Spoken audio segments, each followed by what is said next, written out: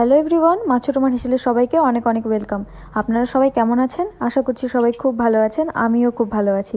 আজকে আপনাদের সাথে শেয়ার করার জন্য আবারও একটি রেসিপি নিয়ে চলে এসেছি। আজকে আমি বানাবো ফুলকপির মহারানি রেসিপি। তাহলে ভিডিওটি শেষ পর্যন্ত দেখতে থাকুন। আর হ্যাঁ, এই রেসিপিটিও কিন্তু সম্পূর্ণ নিরামিষভাবে রান্না করব, একদম পেঁয়াজ রসুন ছাড়া। তাহলে এই রেসিপিটি বানানোর জন্য কি কি লাগছে চলুন দেখে নিই। এখানে আমি একটা বড় ফুলকপি নিয়েছি, এই ফুলকপিটা কেটে নেব। এখনকার ফুলকপি কিন্তু খুব সহজেই গলে যায়, এই জন্য বেশি ছোট করে কাটবো না, একটু বড় করেই কেটে নেব। রান্নাটা কিন্তু খেতে দারুণ হয়েছিল। নিরামিষ রান্না এত দারুণ খেতে হলে মাছ মাংসের দরকার হয় না। ফুলকপিটা কিন্তু একদম টাটকা ছিল, আজকেরই তোলা, এই জন্য দেখুন হাত দিয়েই ভেঙে যাচ্ছে। এই শীতের সিজনে ফুলকপির এই ধরনের রেসিপি যদি না খাওয়া হয় তাহলে শীতের শেষে কিন্তু আফসোস হবে, তাই না বলুন? দেখুন তো কত সুন্দর হাত দিয়েই ভেঙে ফেলতে পারছি আমি। ফুলকপিটা কাটা হয়ে গেছে, এবার একটি পাত্রে তুলে নিচ্ছি। এবার আমি ফুলকপিটা ধুয়ে নেব। এদিকে দেখুন আমি কড়াইতে জল বসিয়ে দিয়েছি আর গ্যাসও অন করে দিয়েছি। জলের মধ্যে দিয়ে দিলাম সামান্য একটু লবণ আর হলুদ। এদিকে জলটা গরম হতে থাকুক, ততক্ষণে চলুন এই টমেটোটা কেটে নিই। টমেটোটা দেখেছেন কত সুন্দর পাকা, এত সুন্দর রং হয়েছে। এই ধরনের টমেটো কিন্তু লবণ দিয়ে খেতে দারুণ লাগে। টমেটোটা কাটা হয়ে গেছে, এবার আমি মিক্সচার গ্রাইন্ডারে পেস্ট করে নেব। টমেটোটার সঙ্গে দেব একটু আদা আর কাঁচা লঙ্কা। তাহলে আদাটাকে এভাবে টুকরো টুকরো করে কেটে নিই, তাহলে পেস্ট বানাতে সুবিধা হবে। এবার কাঁচা লঙ্কাটাও এভাবে কেটে দিয়ে দিচ্ছি।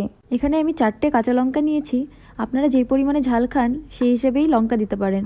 লঙ্কাটাও কাটা হয়ে গেছে, চলুন এবার পেস্টটা তৈরি করে নিয়ে আসি। এই দেখুন আদা, টমেটো আর কাঁচা লঙ্কার পেস্টটা কিন্তু রেডি হয়ে গেছে। এবার চলুন দেখি জলটা গরম হলো কিনা। এদিকে এসে দেখছি জলটাও ফুটে এসেছে। এবার আমি ফুলকপিগুলোর মধ্যে একটা একটা করে দিয়ে দেবো। এবার ফুলকপিটা কিছুক্ষণ ভাপিয়ে নিতে হবে। ফুলকপিটা ভাপিয়ে নিতে নিতে চলুন ততক্ষণে কাজুটা বেটে নিই। কাজুটা কিন্তু আমি মিক্সচার গ্রাইন্ডারে বাটবো না, পাটাতেই বাটবো। এখানে আমি 14 থেকে 15টা কাজু নিয়ে নিয়েছি। এবার এটাকে বেটে নেব। এটা বাটতে বাটতে ততক্ষণে আমার ফুলকপি ভাপানো হয়ে যাবে। কাজু বাদামটা যেহেতু আঠালো ধরনের হয় তাই জন্য একটু জল দিয়ে বেটে নিচ্ছি। ফুলকপিটা ভাপানো হয়ে গেছে, এবার জল ঝরিয়ে নেব। এমনভাবে ভাপিয়ে নিলে লবণ আর হলুদ ভিতরে তো ঢুকে যাবেই, আর ফুলকপির যে একটা স্মেল থাকে সেটিও থাকবে না। এবার আমি কড়াইতে দিয়ে দিলাম সর্ষের তেল। দেখুন কড়াইটা গরম হয়ে এসেছে, এবার আমি ফুলকপিগুলো ভেজে নেব। ফুলকপিগুলোকে কিন্তু আলতো হাতে ভেজে নিতে হবে, না হলে আগের থেকে ভাপানো তো ভেঙে যেতে পারে। ফুলকপিটা ভাজা হয়ে গেছে, এবার চলুন তুলে নিই।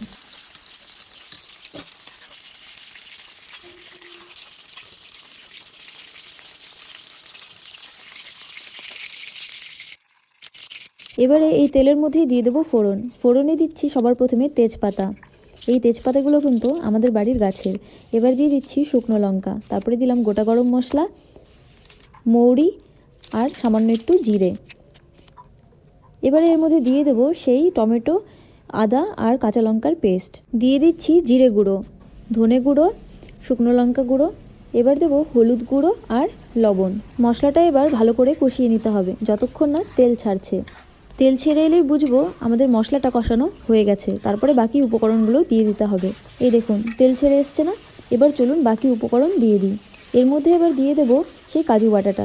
কাজু বাটার সঙ্গে আমি আরেকটু জল মিক্স করেছিলাম, এবার ওটা দিয়ে দিলাম। আবারও একটু কষিয়ে নেব।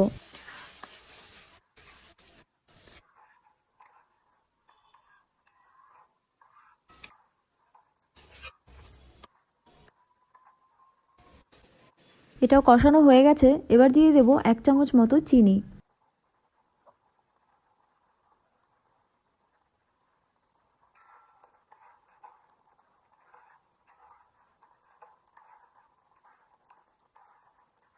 এবার এই ঝোলের জন্য দিয়ে দেবো জল।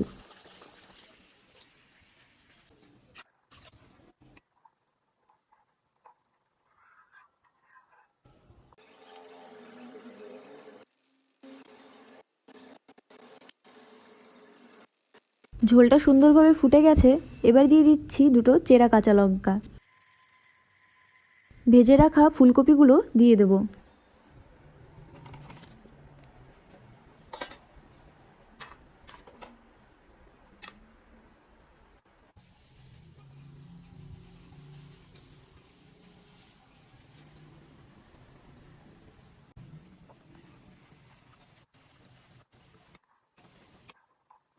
ঝোলটা একটু ঘন হয়ে এলেই কিন্তু আমাদের রেসিপি একদম রেডি, আর কোনো উপকরণ দিতে হবে না।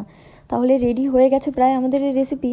যদি ভালো লেগে থাকে লাইক কমেন্ট শেয়ার আর চ্যানেলটাকে সাবস্ক্রাইব করে দেবেন। মা ছোট মার হেসেলে আপনারা এতটা পাশে থেকেছেন, এতটা ভালোবাসা দিয়েছেন, তার জন্য অসংখ্য অসংখ্য ধন্যবাদ। আপনারা পাশে থাকলে আমি অনেকটা মোটিভেশন পাই। আমারও ইচ্ছে করে আরও নতুন নতুন রেসিপি শেয়ার করতে। রেসিপিটি দেখে কেমন লাগলো আমাকে কিন্তু অবশ্যই জানাবেন। দেখতে ভালো লাগছে, খেতেও কিন্তু দারুণ হয়েছিল। সত্যি কথা বলতে নিরামিষ এরকম রেসিপি হলে কিন্তু মাছ মাংসের দরকার হয় না। এই রেসিপিটিও আমি ঘরোয়া ও সামান্য উপকরণ দিয়ে বানানোর চেষ্টা করেছি।